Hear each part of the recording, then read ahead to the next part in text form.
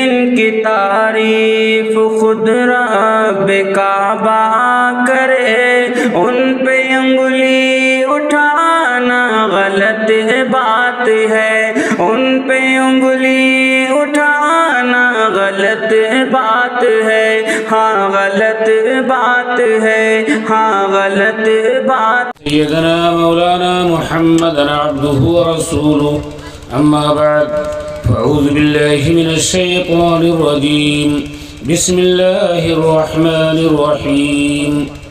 क़ुल इन कुन्तुम तुहिब्बूनल्लाह फ़त्तबिऊनी युह्बिबकुमुल्लाह। व क़ाल रसूलुल्लाहि सल्लल्लाहु अलैहि वसल्लम, मन अहब्बनी फ़क़द अताअनी व मन अताअनी कान मइय फ़िल जन्नह। औ कमा क़ाल अलैहिस्सलातु वस्सलाम। फ़सय्हिल या इलाही कुल्ल साबिन बिहुर्मति सय्यिदिल अबरारि सय्हिल। या रब्बि सल्लि व सल्लिम दाइमन अबदा अला हबीबिका खैरिल खल्क़ि कुल्लिहिम। मोहम्मद की मोहब्बत जान मिल्लत रूह मिल्लत है। मोहब्बत की मोहब्बत शान मिल्लत आन मिल्लत है। मोहम्मद की मोहब्बत दीन हक की शर्त अव्वल है। इसी में हो अगर खामी तो सब कुछ नामुकम्मल है। लायक़ सद एहतराम हज़रात उलमाए किराम, बुज़ुर्गों और दोस्तों, अज़ीज़ भाइयों और हमारे तमाम वो लोग जिन्होंने जलसे के अंदर ताउन किया है और आए हुए हैं, और हमारे प्रधान जी और दीगर लोग सब बैठे हुए हैं, मैं उनका तहे दिल से शुक्रिया अदा करता हूं। और ये भी मुबारकबाद देता हूं जिन्होंने जलसे का इनेकाद किया है। दोस्तों जीजो, रात का हिस्सा ज़्यादा गुजर रहा है और आप हज़रात बैठे हैं। दोस्तों जीजो, ये अल्लाह के तौफीक ही से होता है। कितने लोग हैं जो यहाँ भी बैठे थे और जा चुके, और वो लोग खुशनसीब हैं जो यहाँ बैठे हुए हैं। क्या बईद है कि अल्लाह हमारे इस बैठने को कबूल फरमा ले और हमारे नजात का मसला हल, हमारे अल्लाह गुनाहों को माफ़ फरमा दे। इसलिए दोस्तों जीजो, जब कोई मजलिस कायम हो दीन की या सीरतुन नबी की, तो उसमें आप अपने आप को मोहताज बनकर बैठिए। ये समझ कर के बैठिए कि हमारा दिल बीमार है, हमारी रूह बीमार है, उसका इलाज इन्हीं मजलिसों में मिलेगा और कहीं नहीं मिलेगा। आप गौर करें, जब आदमी जिस्मानी बीमारी में मुब्तला होता है और बीमारी ज़्यादा जोर पर आ जाती है, तो आदमी तरह तरह के तबीबों के पास जाता है और फीस देकर के अच्छे अच्छे डॉक्टरों के पास खड़ा रहता है और अपने जिस्म का इलाज कराता है। खुदा न खास्ता अगर जिस्म के बीमारी का इलाज नहीं हुआ और शिफा नहीं हुई तो आदमी कब्र के गड्ढे में चला जाएगा। लेकिन अगर रूह का इलाज नहीं हुआ तो आदमी जहन्नम के गड्ढे में जाएगा। आप गौर कीजिए दोस्तों जीजो कि जलसे में इस तरह ना आइए कि हम जरा तमाशाई बनकर जा रहे हैं। आप इस तरह आइए कि हम खुद फकीर हैं और हम दीन के मोहताज हैं। दीन किसी का मोहताज नहीं है। दीन किसी के घर की जायदाद नहीं है। अल्लाह उसी को देता है दीन जिसके दिल में तड़प होती है। अल्लाह उसी को देता है दीन जिसके दिल में कुढ़न होती है। जिगर ने बहुत पहले ये बात कही थी कि मेरी तलब भी किसी के करम का सदका है, कदम ये उठते नहीं उठाए जाते। आप आए नहीं, अल्लाह ने आपको भेजा है। जो आप यहाँ बैठे हुए हैं, ये अल्लाह उसके रसूल की मोहब्बत की दलील है। ये शैतान हमको समझाता है कि यहाँ कहाँ तक बैठे रहोगे, उधर कई लोग खड़े हैं, कहीं दुकानों पर खड़े हैं और बात कर रहे हैं। अल्लाह उसके रसूल की जो बात हो रही है, उससे बढ़कर दुनिया में किसी की बात हो सकती है? किसी की बात नहीं हो सकती। आप गौर कीजिए दोस्तों जीजो, अल्लाह जब दीन का काम लेना चाहता है तो बड़े बड़े ही उबास लोगों से और ऐसे लोगों से काम ले लेता है जिनका माशरे में कोई कीमत नहीं है। मैं आपको बताऊं कि एक गांव था, छोटा सा गांव। वहाँ से एक खत गया था बहुत बड़े आलिम के पास, जिनका नाम है मौलाना अमीन सफदर ओकाड़वी रहमतुल्लाह अलैह, जो मुतकल्लिम इस्लाम है, मुनाज़िर इस्लाम है, बहुत बड़ी शख्सियत है, मौलाना अहमद अली लाहौरी के खलीफा हैं। उनके पास एक खत आया था एक गांव से कि हजरत मेरे गांव में काफ़ी दिनों से सीरतुन नबी का जलसा नहीं हुआ है, आप मुझे कोई तारीख दे दीजिए, हम लोग इंतज़ाम कर लेंगे और आप तशरीफ ले आइए, जैसे इस गांव में आज ये जलसा हो रहा है। कहते हैं मौलाना ट्रेन से उन्होंने सफ़र किया और ट्रेन से उतरकर मकामी गांव तांगे से आए। जब तांगे से आए तो गांव के लोग बाहर खड़े हुए थे। जब हजरत से सलाम मुसाफा किया तो गांव के लोगों ने रो के कहा कि हजरत आप वापस तशरीफ ले जाएं, आज यहाँ सीरतुन नबी का जलसा नहीं होगा। तो मौलाना अमीन साहब ने फरमाया आखिर क्यों नहीं होगा, आपने मुझे मोहब्बत भरा खत दिया और आपकी मोहब्बत का लाज रखते हुए मैंने इतनी सुबतें बर्दाश्त की और आपके गांव में मैं आ गया। तो गांव वाले रोने लगे और उन्होंने कहा कि हजरत मेरे गांव में 90% कादियानी रहते, मेरे गांव में 90% कादियानी रहते हैं, हमारी तादाद बहुत कम है, हम गरीब लोग हैं, कमजोर हैं। उन लोगों ने धमकी दी है कि अगर मौलाना आए और उनकी बात सीरतुन नबी पर हुई तो न तुम्हारा माल महफूज, न तुम्हारी आबरू महफूज, न तुम्हारी जान महफूज, इसलिए हजरत मेहरबानी कीजिए आप चले जाइए। तो हजरत मौलाना ने क्या कहा, जरा गौर से सुनिए, ये जबान से दावे से कुछ नहीं होगा जब तक दिल की गहराई में अल्लाह उसके रसूल की मोहब्बत नहीं आएगी। हमारे लड़के पर कोई आंच आ जाए तो बाप दिफा करता है, खानदान वाले पर कोई आंच आ जाए तो गांव वाले उसका दिफा करते हैं, उसकी हिमायत करते हैं। इस्लाम पर अगर आंच आए और नबी के दीन पर आंच आए तो कौन उसकी दिफा करेगा, हम ही तो दिफा करेंगे और इसी में हमारी नजात हो जाएगी। हजरत मौलाना ने कहा अगर मेरी बात होती हो, तुम्हारी बात होती तो मैं वापस हो जाता, अब तो मदीने वाले आका की इज्जत की बात आ गई, मैं वापस नहीं जाऊंगा, जलसा होगा। तो उन लोगों ने कहा हजरत फिर मेरा क्या हाल होगा। कहा ये बताओ इस इलाके में कोई ऐसा भी रहता है जिसका रोब हो और दबदबा हो, उससे लोग डरते हो, वो डंडे वाला आदमी हो। तो लोगों ने कहा बहुत दूर एक शख्स रहता है, कहा मुझको उसके पास ले चलो। इतनी बड़ी शख्सियत ऐसे शख्स के पास गई जो वक्त का सबसे बड़ा डाकू था, लुटेरा था और उससे लोग डरते थे। वहां तशरीफ ले गए चंद लोगों के साथ। जब उसने देखा तो मुस्कुराया और कहा आज क्या बात पेश आ गई कि मौलवी मेरे यहाँ आ गए। हजरत मौलाना ने कहा अब मदीने वाले आका की इज्जत की बात आ गई है, कुछ कर सकते हो कि नहीं कर सकते हो। बस इतनी बात सुननी थी कि एकदम से वो खड़ा हुआ और कहा मौलाना मैं डाकू जरूर हूँ लेकिन मैं इतना बेगैरत नहीं हूँ, आप चलिए मैं आपके साथ चलता हूँ उस गाँव में। कहते हैं साथ में आया और कहा आप तकरीर कीजिए, जब तक आपकी तकरीर होगी मैं खड़ा रहूंगा, ऐसे मैं बैठूंगा भी नहीं। कहते हैं हजरत मौलाना ने तकरीर की और आपके जो रफीक सफ़र थे उन्होंने भी तकरीर की। तकरीर जब ख़त्म हो गई, दुआ हो गई, तो उसने उन गांव के कादियानियों को चैलेंज दिया कि अगर तुमने किसी बुरी नज़र से यहाँ के लोगों को देखा तुम मुझसे बच नहीं सकते हो, और अगर कोई भी मामला सुबह तक आ गया तो फिर हमारी हालत तुम्हारे लिए बदल जाएगी। कहते हैं मौलाना तशरीफ ले गए, वो अपने डेरे में चला गया। काफ़ी दिनों के बाद मौलाना अमीन सफदर ओकाड़वी रहमतुल्लाह अलैह के यहाँ एक शख्स आया, कुर्ता पैजामा में, चेहरे पर दाढ़ी थी और सर पर अमामा था, हाथ में तस्बीह थी, उसके ज़बान पर दरूद शरीफ का विर्द था। वो आया, मौलाना से मुसाफा किया। काफ़ी दिन के बाद मौलाना के पास वो आया हुआ था और उसका चेहरा, उसकी हैत बदली हुई थी, पहचानने से कासिर रह गए। तो आपने फरमाया तुम कौन हो, कहाँ से आए हो।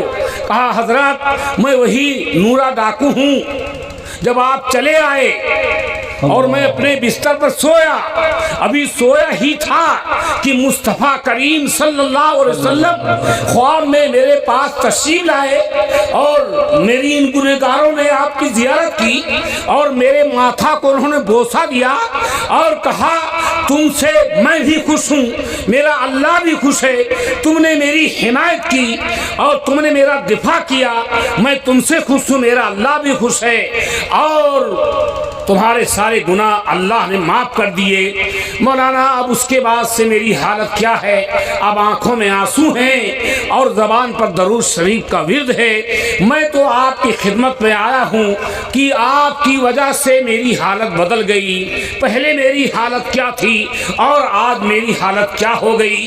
तो दोस्तों अजीजों, मैं बार बार ये कहता हूँ, असर करे न करे सुन तो ले मेरी फरियाद, और नहीं है दाद का तालिबे बंदे आजाद। मुझे दाद नहीं चाहिए, तहसीन नहीं चाहिए, ये चाहिए कि जो नबी के दिल में दुनिया की फिक्र थी और जिस गम में आप भूले जा रहे थे, आप भी नबी के नाम लेवा हैं, वो गम आपके दिल में भी उतर जाना चाहिए।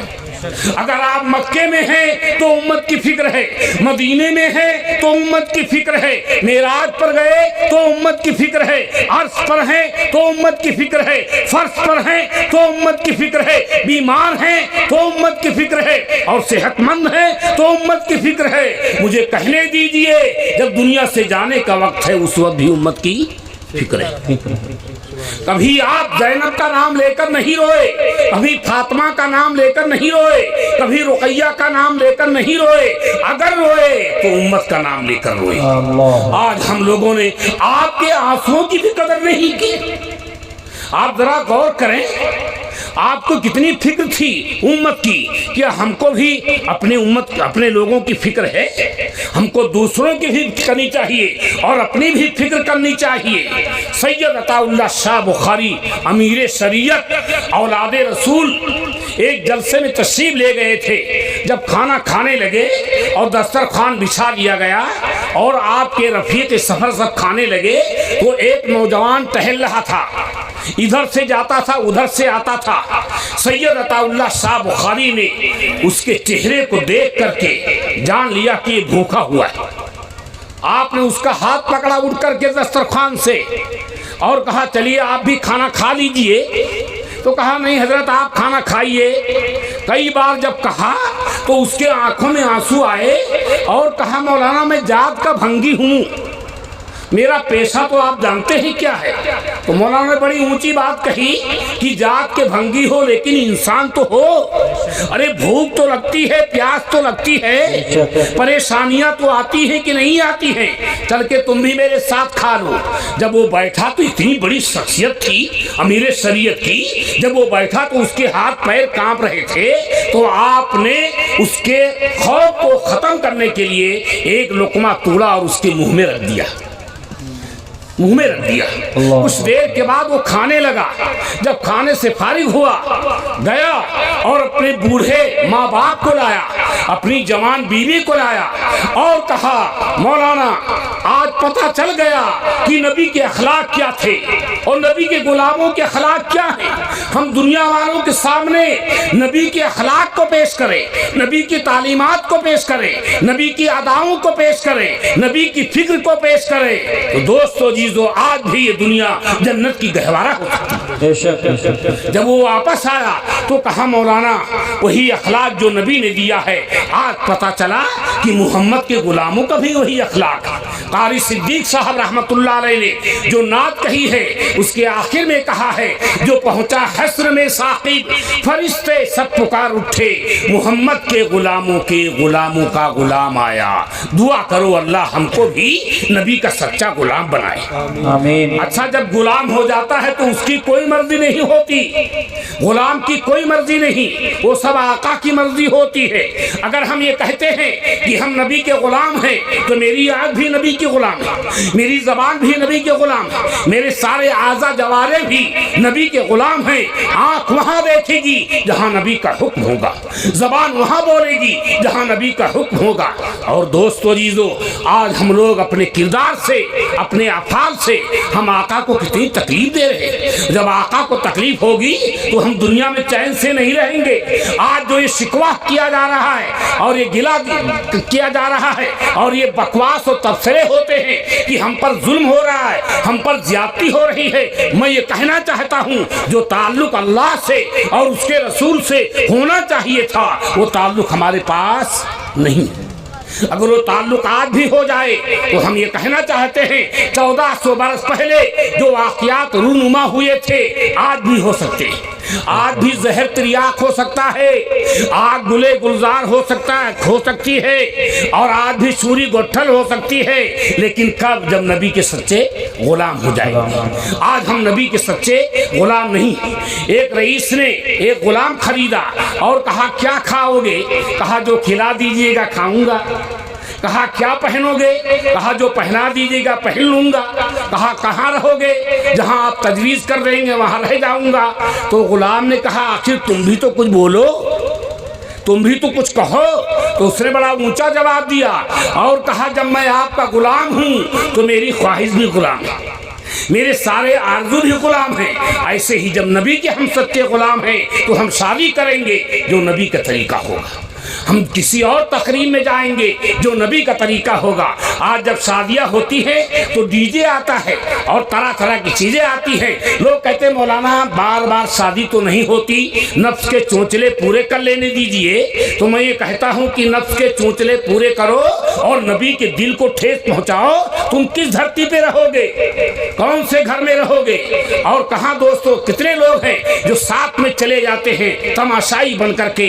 कल पता चलेगा जब आंख बंद होगी और हम कब्र के गड्ढे में जाएंगे तब ये पता चलेगा कि नफ्स के चोंचले की क्या सजा है। आज तो कुछ भी नहीं दोस्तों जीजो, एक वक्त आएगा और आंख बंद हो जाएगी।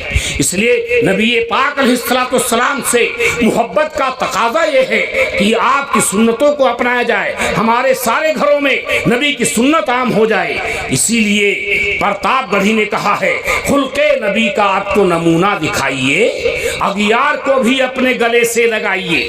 हम अगियार को अपने गले से लगाएं, अपने हिंदू भाइयों को अपने गले से लगाएं, उनके दुख में शरीक हो, उनके गम में शरीक हो, उनके खुशी में शरीक हो। अगर बीमार हो जाए तो उसका इलाज करें। अभी एक बुजुर्ग ने ढाका से सफर किया था हवाई जहाज से, उनके सीट पर एक शख्स बैठा हुआ था जिसकी उंगलियों में ताकत नहीं थी, कोई बीमारी थी।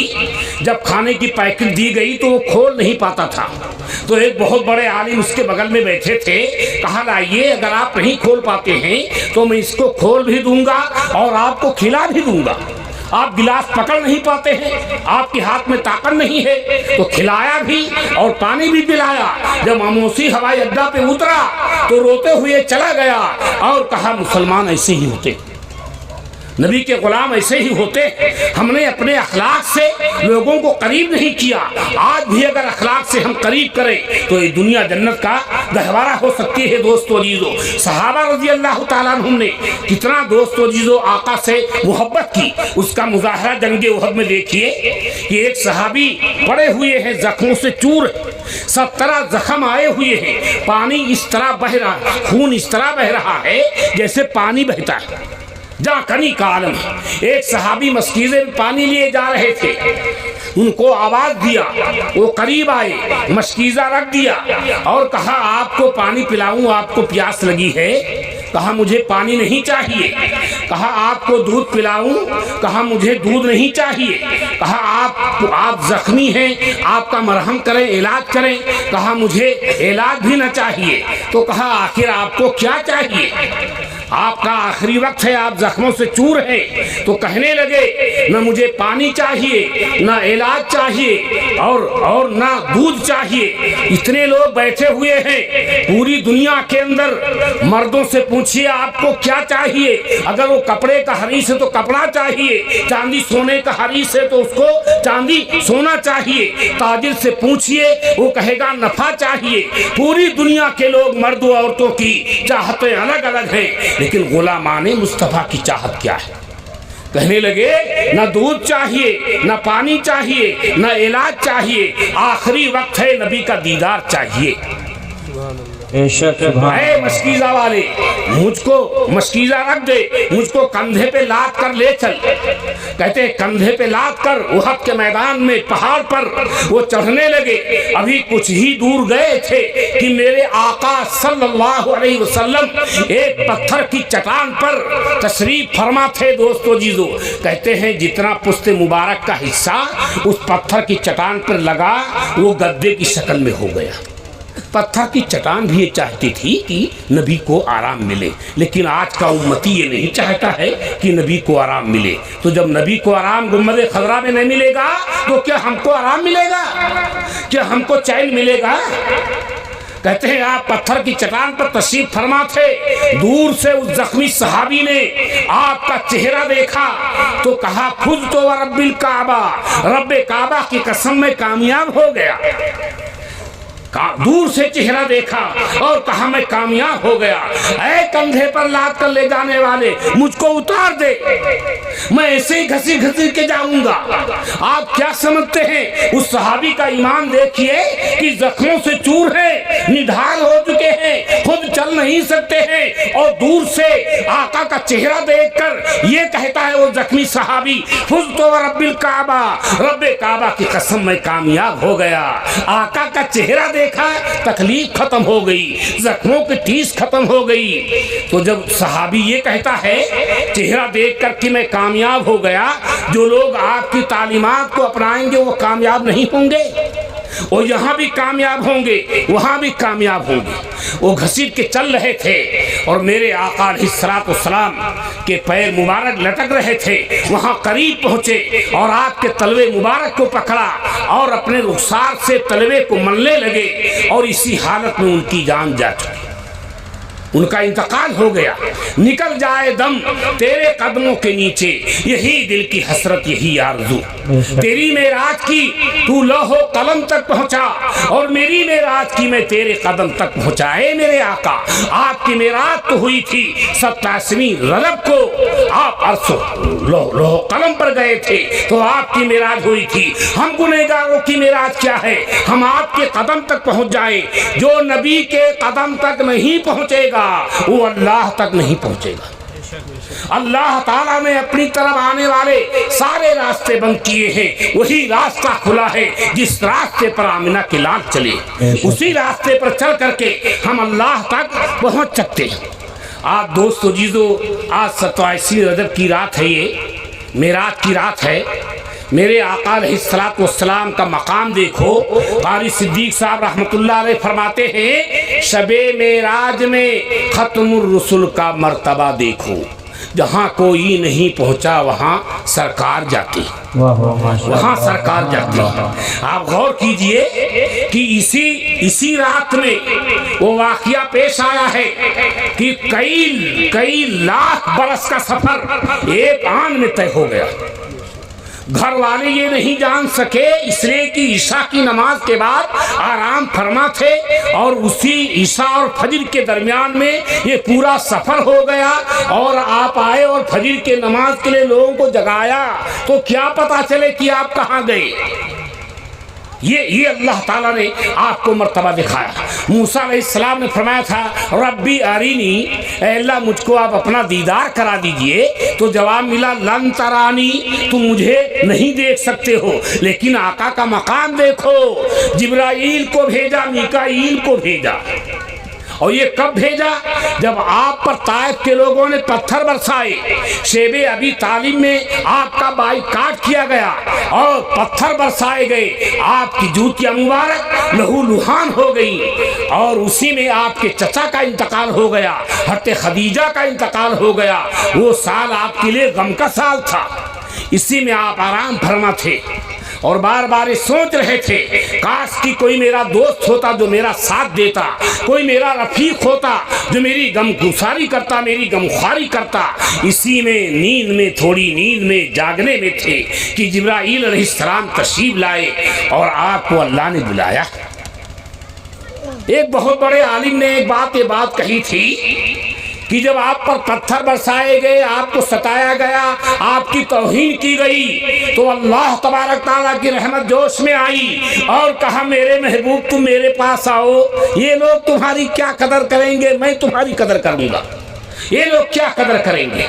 तो अल्लाह तबारक ताला ने आपको इसी रात में दोस्तों जीजो बुलाया और ऐसा बुराक लाया गया जिसकी तेज रफ्तारी का आलम यह था कि मुंतहाए नजर तक वो कदम रखता था, जहां तक उसकी नजर जाती थी वहां तक वो कदम उठाता था, इतना तेज रफ्तार था। कहते बुराक पर जब आप सवार हुए तो बुराक शोखी करने लगा, अपने जिस्म को हिलाने लगा। तो जिब्रील अमीन ने कहा कि आज तुम शोखी करते हो, आज तुम्हारे पुष्प पर वो शख्स सवार हुआ जिससे बेहतर दुनिया में कोई नहीं, तुम शोखी करते हो। तो कहते जानवर ने जब नबी का नाम सुना तो मारे शर्म के पसीना पसीना हो गया कि ये मैंने क्या किया। नबी का नाम सुना जानवर मारे शर्म के पसीना हो गया। और आप दोस्तों जीजो देखिए कितने गुनाह पर गुनाह हम करते हैं, मुझको शर्म नहीं आती। अल्लाह के रसूल सल्लल्लाहु अलैहि वसल्लम तशरीफ ले गए बैतुल मक़दिस में, आपने इमामत की, वहाँ से जिब्रील अमीन के साथ और आगे चले। कहते आसमान अव्वल पर हज़रत आदम अलैहिस्सलाम से मुलाकात हुई और दूसरे आसमान पर ईसा और यहया से मुलाकात हुई और तीसरे आसमान पर हज़रत यूसुफ अलैहिस्सलाम से मुलाकात हुई और चौथे आसमान पर हज़रत इदरीस अलैहिस्सलाम से मुलाकात हुई और पांचवें आसमान पर हज़रत हारून अलैहिस्सलाम से मुलाकात हुई और छठे पर हज़रत मूसा अलैहिस्सलाम से मुलाकात हुई। जब मूसा अलैहिस्सलाम से मुलाकात हुई और दरवाज़ा खुलवाया गया तो फरिश्तों ने कहा कौन? तो जिब्रील अमीन ने कहा मैं जिब्राइल हूँ। तो फरिश्ते ने कहा मम्मा आका, तुम्हारे साथ कौन है? कहा नबी पाक सल्लल्लाहु अलैहि वसल्लम, क्या उनको बुलाया गया है? कहाँ बुलाया गया? दरवाज़ा खोला गया तो फरिश्ते ने कहा मरहबा मरहबा, आप खुशामदेद, आप अच्छी तरह तशरीफ लाए। तो कहते हैं मूसा अलैहिस्सलाम तशरीफ फरमा थे, जिब्रील अमीन ने कहा आप इनको सलाम कीजिए, ये मूसा कलीमुल्लाह। आपने सलाम किया, सलाम के बाद जब रुखसत होने लगे तो वो रोने लगे मूसा अलैहिस्सलाम। आपने रोने का सबब पूछा जिब्राइल ने कि आप रोते क्यों? कहा रोता इसलिए हूँ कि एक नबी नौजवान मेरे बाद मबूस हुआ और उसकी उम्मत कसरत के साथ जन्नत में दाखिल होगी, और मैं रोता इसलिए हूँ कि मेरी उम्मत वो इताअत नहीं कर सकी जो इनकी उम्मत इनकी इताअत कर सकी, इसलिए वो जन्नत में ज़्यादा जाएंगे और मेरी उम्मत के लोग महरूम हो गए। सातवें आसमान पर गए तो हज़रत इब्राहीम अलैहिस्सलाम से मुलाकात हुई। हज़रत जिब्राइल ने फरमाया आपके जद्दे अमजद हैं ये, आप इनको सलाम कीजिए, इनका नाम इब्राहीम है। तो आपने सलाम किया तो उन्होंने फौरन जवाब दिया फर्जंद सालेह और नबी सालेह, तुमको मुबारक। आप जरा गौर कीजिए दोस्तों, ये सातवें आसमान का सफर तय हुआ। अब आगे जब जाने लगे दोस्तों जीजो तो हजरत जिब्राइल सिदरा तक गए और उसके बाद वापस आए। आपने कहा तू तो मेरे रफीक हो, आगे तुम भी चलो। तो कहने लगे अब आगे किसी के जाने का बस नहीं है, आप ही जा सकते, आप ही जा सकते। तो हज़रत जिब्राइल ने आपको रुखसती सलाम किया और इजाज़त चाहिए तो आपने इजाज़त दे दिया, लेकिन कहा आए मेरे रफ़ीक अगर कोई दरख्वास्त हो बउम्मीद कबूलियत तो मैं मंजूर कराने की इजाज़त ले सकता हूँ अल्लाह ताला से। तो जिब्राइल अमीन ने कहा कोई ख्वाहिश नहीं है अल्लाह के रसूल, एक ख्वाहिश है कि बाल से ज़्यादा बारीक और तलवार से ज़्यादा तेज पुलसरात जब क़यामत के दिन जहन्नम पर कायम की जाए और लोगों को उस पर चलने का हुक्म हो तो मैं अपने पर बिछा दूँ और लोग आराम के साथ चले जाएं जन्नत में, गिर करके जहन्नम के अंगारों का खुराक न बने। आप गौर कीजिए तो आपने फरमाया मैं ज़रूर दरख्वास्त अर्ज करूँगा। कहते हैं हुजूर पाक सल्लल्लाहु अलैहि वसल्लम तन्हा थे, कोई रहबर नहीं था, आपको कुछ दहशत हो रही थी, कोई अब तक रफ़ीक़े सफ़र नहीं। तो किसी तरफ से आवाज़ आई अबू बकर सिद्दीक़ रज़ी अल्लाह ताला अन्हु की आवाज़ में कि आप ठहरिए, आपका रब नमाज पढ़ रहा है। तो आप अलैहिस्सलातु वस्सलाम ताज्जुब में पड़ गए कि अबू बकर की आवाज़ यहाँ कैसे आ गई। और मेरा जो रब है वो भी नियाज है, वो नमाज कैसे पढ़ सकता है? तो आवाज आई, अरे मेरे महबूब, मैंने एक फरिश्ता पैदा किया है जो अबू बकर की आवाज में तुमको पुकारता है ताकि तुम्हारा रोग खत्म हो जाए। और अल्लाह की नमाज से मुराद है वो खुसूसी रहमत जो तुम पर भी नाजिल होगी और तुम्हारी उम्मत पर भी नाजिल होगी। आप गौर कीजिए दोस्तों जीजो, अभी मुफ्ती साहब ने नमाज के बारे में आपसे कलाम किया और नमाज की ताकीद की और नमाज के बारे में बहुत कुछ चीजें उन्होंने बयान किया। ये नमाज का तोहफा कहाँ से आया? आज ही रात में आया, आज ही रात में। ये अर्शी तोहफा है। रोजा नाजिल हुआ जमीन पर, हज के हकाम नाजिल हुए जमीन पर और ज़कात के हकाम नाजिल हुए जमीन पर। जब नमाज के देने की बारी आई तो अल्लाह ने अपने महबूब को अपने पास बुलाया, अपने पास बुलाया। कहते जब अपने पास बुलाया दोस्तों जीजो, तो जाहिर बात है जब कोई छोटा बड़े के पास जाता है तो कुछ लेके जाता है। तो आपने फरमाया अत्तहियात वस्सलावात वत्तय्यिबात, तमाम कौली इबादतें, तमाम फेली इबादतें, तमाम बदनी इबादतें वो सब अल्लाह के लिए है।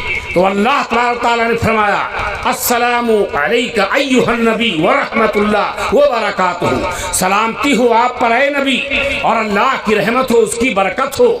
तो आप अलैहिस्सलाम वहाँ उम्मत को नहीं भूले, उम्मत को याद किया और फरमाया जब अल्लाह की तरफ से सलाम की, रहमत की, बरकतों की बारिश हो रही है तो मेरी उम्मत भी इसमें शामिल हो जाए। तो आपने फरमाया अस्सलामु अलैना व अला इबादिल्लाहिस सालिहीन, सलामती हमारे ऊपर हो और अल्लाह के नेक बंदों पर हो।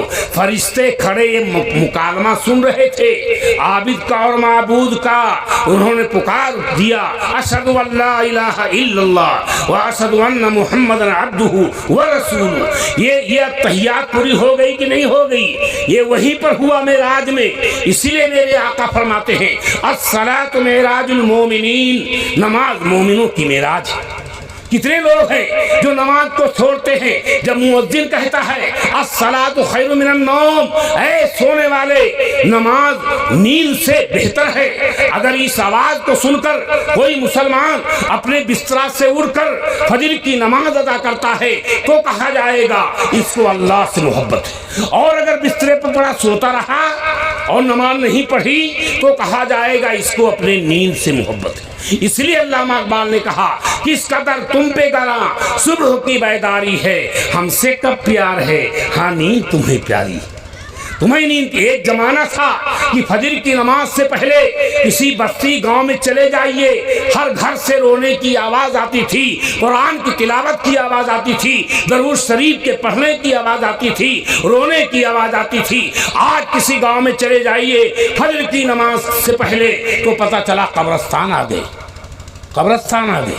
आप जरा गौर कीजिए कि हमारा मसला क्या हो गया। हम क्या इसी घर में सोते रहेंगे? ये हमारा घर है जिसमें हम सो रहे हैं और नमाज को छोड़ रहे हैं। ये मेरा घर नहीं है। मेरे आका फरमाते हैं अब दुनिया दारुल लिमन ला दार अला, दुनिया उसका घर है जिसका कोई घर नहीं। हमने बेवकूफ़ी किया जो इसको अपना घर समझ लिया। घर तो वो घर है जिसमें न बीमारी आए, न मौत आए, न परेशानी आए। ये घर कैसे हो सकता है जहाँ से जनाजा निकला? ये घर कैसे घर हो सकता है जहाँ पर बच्चे यतीम हो जाएं, औरतें बेवा हो जाएं, माल वर्षा में तकसीम हो जाए, घर वैरान बर्बाद हो जाए? ये घर कैसे हो सकता है? घर तो जन्नत है जो अबदी घर। हमने उसको घर नहीं समझा, हमने इसको समझा। अरे कितने लोग हैं जो घरों में थे आज कब्रिस्तान में सोए हुए, आज कब्रिस्तान में सोए हुए। शायर कहता है दबा के कब्र में सब चल दिए दुआ न सलाम, और जरा सी देर में क्या हो गया जमाने।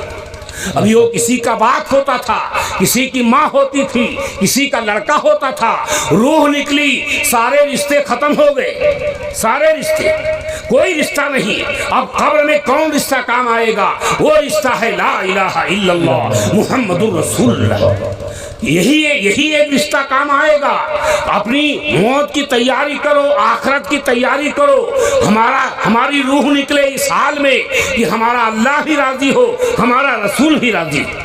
जब उमर फारूक रज़ियल्लाहु ताला अन्हु का जब जनाजा उठा तो 300 अपाही लूले लिंगड़े अपनी झोपड़ियों से हाथ निकाले, ये कह रहे थे ये उमर का जनाजा नहीं जा रहा है, ये हमारा जनाजा जा रहा है।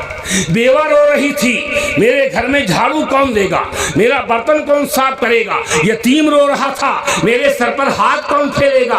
अपाहिज रो रहा था, मुझको कौन खिलाएगा। दोस्तों अजीजों, जब जनाजा उठा तो वो लोग ये कह रहे थे, ऐ अल्लाह हमको मौत दे दीजिए, उमर को जिंदा कर दीजिए। लेकिन आज दोस्तों अजीजों, हमारे पास खिदमत खल्क का जज्बा भी नहीं रह गया। हम तो एक सोचते हैं कि हम सिकम शेर होकर खाएं और मेरा पड़ोसी जो है वो भूखा रहे। उस जमाने में क्या होता था, लोग ये कहते थे हम भूखे रहेंगे और दूसरे को खिलाएंगे। कहते हुजूर पाक अलैहिस्सलाम के पास एक अजनबी मुसाफिर आया, वो कह रहा था मुझे भूख लगी, और ऐसा लगता था कई रोज का भूखा था वो। आपने सहाबा को मुखातब किया कि कौन है जो इसको अपने घर ले जाएगा और इसको खाना खिलाएगा। तो सहाबा का भी तो वही हाल था, उनके पास तो कुछ भी नहीं था। हर सहाबी ने कहा अल्लाह के रसूल गुंजाइश नहीं। एक सहाबी खड़े हुए और कहा ऐ अल्लाह के रसूल मैं इनको अपने घर ले जाऊंगा। जब घर गए तो बीवी से कहा कुछ खाने को है, तो बीवी ने कहा कुछ भी नहीं है, बच्चे कल से भूखे हैं, थोड़ा सा है जो बच्चों के लिए भी ना काफी है। तो सुनो सहाबी रसूल क्या कहता है जो नबी का सच्चा गुलाम है। कहा बच्चे भूखे हैं तो भूखे रहने दो, उनको किसी तरह से सुला दो, हम नबी के मेहमान को वापस नहीं करेंगे। अल्लाहु अकबर। वो माँ जो भूखी रह के बच्चों को खिलाती है, वो माँ जो प्यासी रह करके बच्चों को पानी पिलाती है, पूरी रात बैठ करके बच्चों को सुलाती है, लेकिन आज नबी की मोहब्बत में बच्चों की ममता को कुर्बान कर दिया। शौहर ने कहा बच्चों को सुला दो, बच्चों को सुला दो, और कहते हैं मेहमान को ले आए। और जब मेहमान को लाए तो कहा जब खाना शुरू करेंगे तो चिराग को गुल कर देना, चिराग को बुझा देना। मेरा मेहमान ये सोचेगा कि मैं भी खा रहा हूँ, मैं नहीं खाऊंगा, ये मेहमान खा लेगा। मेहमान खा करके शिकम शेर हो गया, उसके चेहरे पे रौनक आ गई।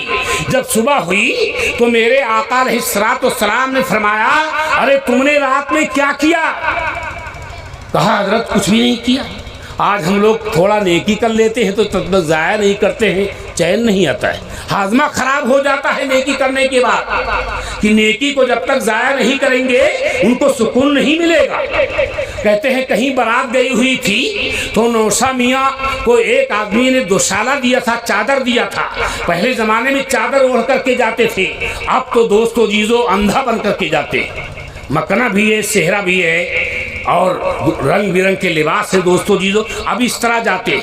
तो कहते उसने चादर दे दिया, और जब बारात गई जहाँ जानी थी तो कुछ लोग दूल्हा मियाँ को देखने आए। तो कहा नौशा मियाँ इसमें कौन है। तो चादर देने वाले ने कहा कि नौशा मियाँ तो ये है मेरी चादर। तो उसने कहा ये क्या करते हो, अगर जलील ही करना था तो तुमने चादर क्यों दिया था। तो कहा ठीक है अब दोबारा नहीं कहूँगा। दूसरी जमात आई तो कहा नौशा मियाँ कहाँ है। तो कहा ये नौशा मियाँ है लेकिन चादर के बारे में मत पूछना। तो उसने कहा फिर वही बात तुमने की। तीसरी जमात जब आई और कहा नौशा मियाँ कहाँ है, तो कहा नौशा मियाँ तो ये है लेकिन चादर मेरी नहीं। तो उसने कहा चादर का लफ्ज़ क्यों लाते हो। तो कहते हैं जब तक आदमी ज़ाया नहीं कर देता है नेकी तब तक उसको सुकून नहीं आता।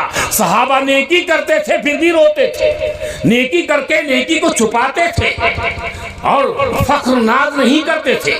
मेरे आका ने फरमाया अरे तुमने कुछ नहीं किया, और रात में जो तुमने किया जिब्रील अमीन कुरान का जुज़ बना के ले आए।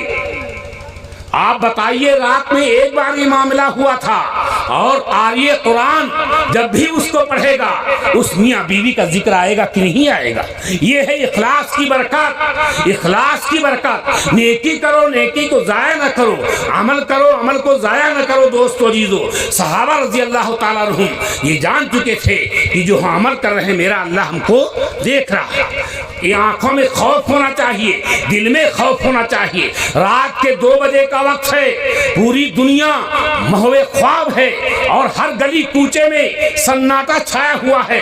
उमर फारूक रजी अल्लाह तआला अन्हु मदीने में गश्त कर रहे हैं। एक दरवाजे के करीब पहुंचे, आवाज आई, माँ ये कह रही थी कि बेटी दूध में पानी मिला दो, ईद करीब है, पानी का वजन बढ़ जाएगा, हमको पैसे ज्यादा मिल जाएंगे। लेकिन लड़की ने कहा, उमर फारूक ने मना किया दूध में पानी मिलाना। अब तो पानी में दूध मिलाया जा रहा है। और मेरे आका फरमाते हैं जो मिलावट करे वो मेरा आदमी नहीं है, वो मेरा उम्मती नहीं है, आप ये फरमाते हैं। अब गौर करो, यहाँ की कीमत को देखोगे कि वहाँ की कीमत को देखोगे। आंख बंद होगी तब पता चलेगा कि घोड़े पे सवार थे कि गधे पे सवार थे।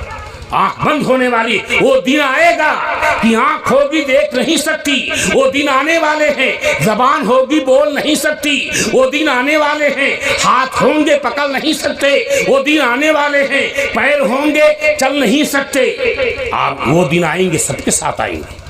आप उसको गौर कीजिए और एहसास कीजिए। तो माँ ने कहा कि उमर तो सो रहा होगा, उमर तो सो रहा होगा।